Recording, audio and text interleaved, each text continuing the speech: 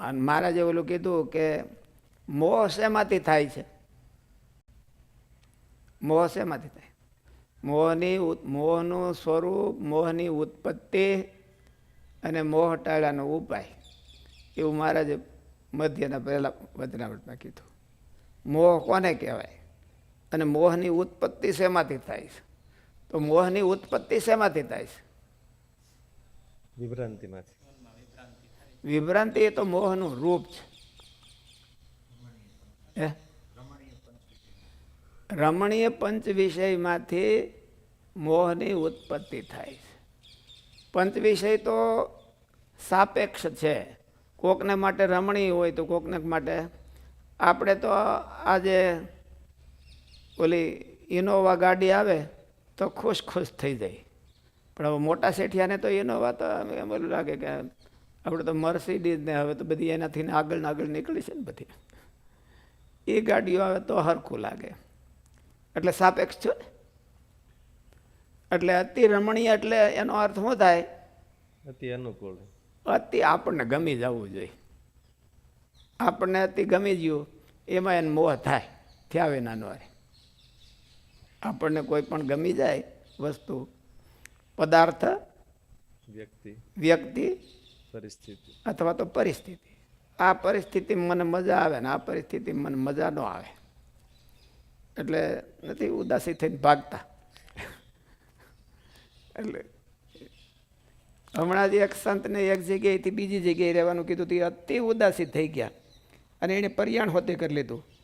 પછી આપણે કીધું કે જીવરાજ બાપા તમે જશો નહીં, તમે સૌથી મોટા, એમ કરી એને મનાવ્યા. એટલે પાછું થઈ ગયું હરખું. એટલે એ પરિસ્થિતિનો માણસને આસક્તિ હોય છે કે હું આ પરિસ્થિતિમાં રહું. એ તો સંત મહાત્મા હતા અને નિર્મોહી હતા, પણ તો એમ આવું થાય. સંત મહાત્મા તો નિર્મોહી જ હોય તો. એટલે એવું પરિસ્થિતિનું હોતે માણસને લગાવ હોય છે કે આ પરિસ્થિતિમાં હું રહું તો મને મજા આવે, આ પરિસ્થિતિમાં રહું તો મને મજા ન આવે. એટલે સિચ્યુએશનનો પણ એક મોહ હોય છે. સબ ભૂમિ ગોપાલકી એવું ન હોય. બધે સુખ આવે એવું ન હોય. એટલે પરિસ્થિતિનો માણસને મોહ, ગમી જવું એ એને મોહ ઉત્પન્ન કરે છે. અતિશય એને માણસને ગમી જવું કે ભાઈ મને આ પરિસ્થિતિ હોય તો અતિશય ગમે. પછી એ વ્યક્તિ હોય, એ પદાર્થ હોય, અથવા તો પરિસ્થિતિ હોય, જગ્યા હોય. એમ પરિસ્થિતિ એટલે જગ્યા હોય. એમ કે આ સ્થાન હોય તો મને બહુ ગમે, તો એ મોહ ઉપજાવે. બહુ ગમ્યું એટલે મોહ ઉપજાવે. પછી એમાંથી થાય. આપણે તો આ ભાઈ મહારાજ વખતે હું જેતલપુરમાં ગોવિંદ સ્વામી, એટલે ગોવિંદ સ્વામીનો દાખલો દેવાય. આધુનિક ગોવિંદ સ્વામીનો દાખલો દેવાય નહીં કોઈ. આધુનિક ગોવિંદ સ્વામી હોય, અટાણા ગોવિંદ સ્વામી, એનો તો દાખલો દેવાય નહીં. ગોવિંદ સ્વામીનો દાખલો દીધો કે ભાઈ જેતલપુરમાં ગંગામાના દાળ ભાત એ બહુ હરખા આવી ગયા. એટલે કહેવાય હું કે એનું સત્સંગ, એનું સત્સંગનું સુખ બહુ આવે છે. અહીંયા સત્સંગનું સુખ બહુ આવે છે. એટલે કોઈ પણ વાત ગમી ગઈ હોય એટલે મોહ થાય ને. પછી એનાથી ઉખેડ્યા નહીં, ત્યાંથી ન ઉખડે કોઈ. ગ્રસ્ત છે એને તો બધા આ મોહના સ્થાન હોય, કુટુંબીઓ બધાય, અને સુખ સમૃદ્ધિ હોય. પણ સાધુ તો એ બધા છોડીને વૈયા ગયા તો મોહ થોડો વયો જાય? મોહ ન જાય. હવે કીધું અતિ ઉત્તમ વિષય છે એ મોહનું કારણ છે.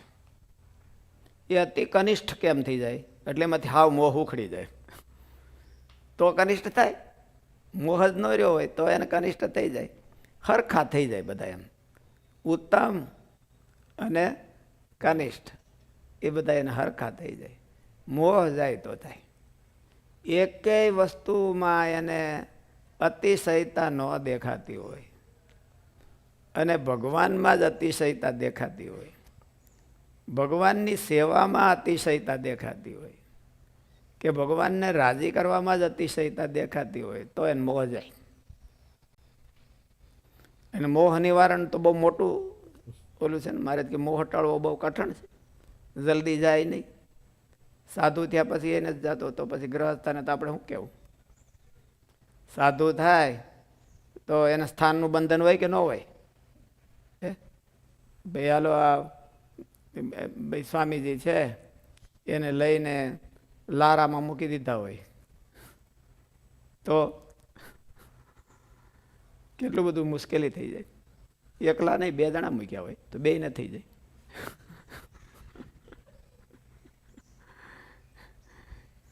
આમ તો કહેવાય તો નહીં, આમ કે ઓલું જેને મોહ હોય એને એમ ન કહેવાય કે આને આમ આમ કે, પણ જેને હવને સમજી લેવું જોઈએ કે મોહ છે એ આમાં થાય, ગમતા પદાર્થમાં થાય. પછી એ પદાર્થ બહુ મોંઘું હોય કે બહુ હોંઘું હોય એની હારે એને સંબંધ કાંઈ હોતો નથી. આપણે ઘણી વખત કહીએ છીએ ને કે જુનાગઢમાં એક સંત હતા તો એ જમાનો હતો ત્યારે. એમ તો આ કપડાં હોય, કપડાં કોઈકના નાખી દીધા હોય ને ઓલા હોય ને, મોટા મંદિરમાં તો 200-300 સાધુ રહેતા હોય તો કપડાં નીકળે બંદરે માલે. એમાંથી હારા હારા કાઢી અને એનો એક ડટ્ટો કરે અને ભેળા કરે. તો ધામમાં ગયા ત્યારે એક ટેમ્પો, એક ડટ્ટો નીકળે. એક સાધુ ધામમાં ગયા ત્યારે ખાલી બાકસના ખોખા એક ટેમ્પો જેટલા નીકળે. એક સાધુ ધામમાં ગયા ત્યારે એક ઓલા, એટલે એ તો ધામમાં વયા ગયા એની વાત છે. આ જીવતા હોય એમાં તો કંઈ એને કહેવાય નહીં કાંઈ. એટલે અટાણે કોઈ ઉતળીને દડા ભેળા ન કરે કે લુગડાને લીરા ન ભેળા કરે, પણ મોબાઈલ કરે. 2-3 મોડેલ હોય, એકાદું ઠેલામાં રાખવાનું, એકાદું બીજા ખિસ્સામાં રાખવાનું, એકાદું ઓલે પણ રાખવાનું, એવું બધું એવું કરે. એટલે ધામમાં જાય તે ખબર પડે કે ભાઈ કેટલા નીકળે છે. ધામમાં જાય ત્યારે ખબર પડે કે કેટલા મોબાઈલ નીકળે છે ને કેટલા ન નીકળે. છૂટી મળી ગઈ હોય તો કરે, છૂટી ન મળી હોય તો પછી બે ક્યાંથી કરે. એટલે મોહના ઠેકાણા જુદા જુદા હોય છે. પછી મોબાઈલમાં જ મોહ થાય એવું કાંઈ હોય નહીં, એમાંય ન થાય. પણ માણસને ગમી જવું જોઈએ. માણસને વ્યક્તિને ગમી ગયું એટલે એને મોહ કર્યાવીને રહે નહીં. પછી નાનું પદાર્થ હોય તોય ન રહે, પછી ગ્રહસ્થ હોય તોય હું, અને ત્યાગી હોય તોય હું, બધાને મોહ થાય. અને જ્યાં સુધી મોહ હોય ત્યાં સુધી કનિષ્ઠ પદાર્થ છે એ અતિ ઉત્તમ ભાષે. યા નિશા સર્વભૂતાનામ તસ્યામ જાગૃતિ ભૂતાની, જાગૃતિ ભૂતાની સંયમી જાગૃતિ ભૂતાની સા નિશા પશ્યતો મુને, એવું કીધું. કનિષ્ઠ વિષય હોય એ અતિ ઉત્તમ ભાષે અને અતિ ઉત્તમ વિષય હોય એ કનિષ્ઠ ભાષે, એવું કામ પ્રશ્ન આવ્યો ને. અને એમાં મૂળ કારણ મોહ, અને મોહને કાઢવા માટે ભગવાનનો મહિમા સમજવો. ભગવાનનો મહિમા કરતાં ભગવાનના સુખનો મહિમા સમજવો જોઈએ. ભગવાનનો મહિમા આપણે બધા સમજીએ છીએ, પણ ભગવાનના સુખનો મહિમા સમજાણો નથી એટલે લેવાતું નથી. આપણે મોબાઈલના સુખનો મહિમા સમજ્યા હોય તો નથી, ઘણી ગોદડું ઓઢીને પછી એમ ઓલું એનું સુખ માણતા હોય. ગોદડું ઓઢ્યા પછી સુખ માણતા હોય કે ભાઈ હાલો એટલું રહી ગયું, આખો દી બાકી રહી ગયું તો ટણ લઈ લઈ. તો એ સુખનો મહિમા છે. એવી રીતે ભગવાનના સુખનો મહિમા આપણને નથી સમજાતો એટલે મોહ જાતો નથી. એટલે અતિ ઉત્તમ વિષય છે એ કનિષ્ઠ થતા નથી, અને અતિ કનિષ્ઠ છે એ અતિ ઉત્તમ થઈ ગયા છે. જે અતિ ખાડામાં નાખે એવા હોય એ કનિષ્ઠ કહેવાય આપણા માટે. તો એને ઉત્તમ થઈ ગયા કે એને ન રહેવાય, ગમે એમ કરીને નાળા તોડાવીને ભોગવી લઈએ આપણે.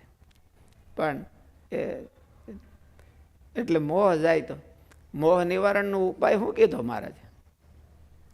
ગીતામાં બહુ સારો ભગવાને કીધો છે. મોહ નિવારણનો ઉપાય શું? નિષ્કામ કર્મયોગ. ગીતામાં ભગવાને એવું કીધું છે.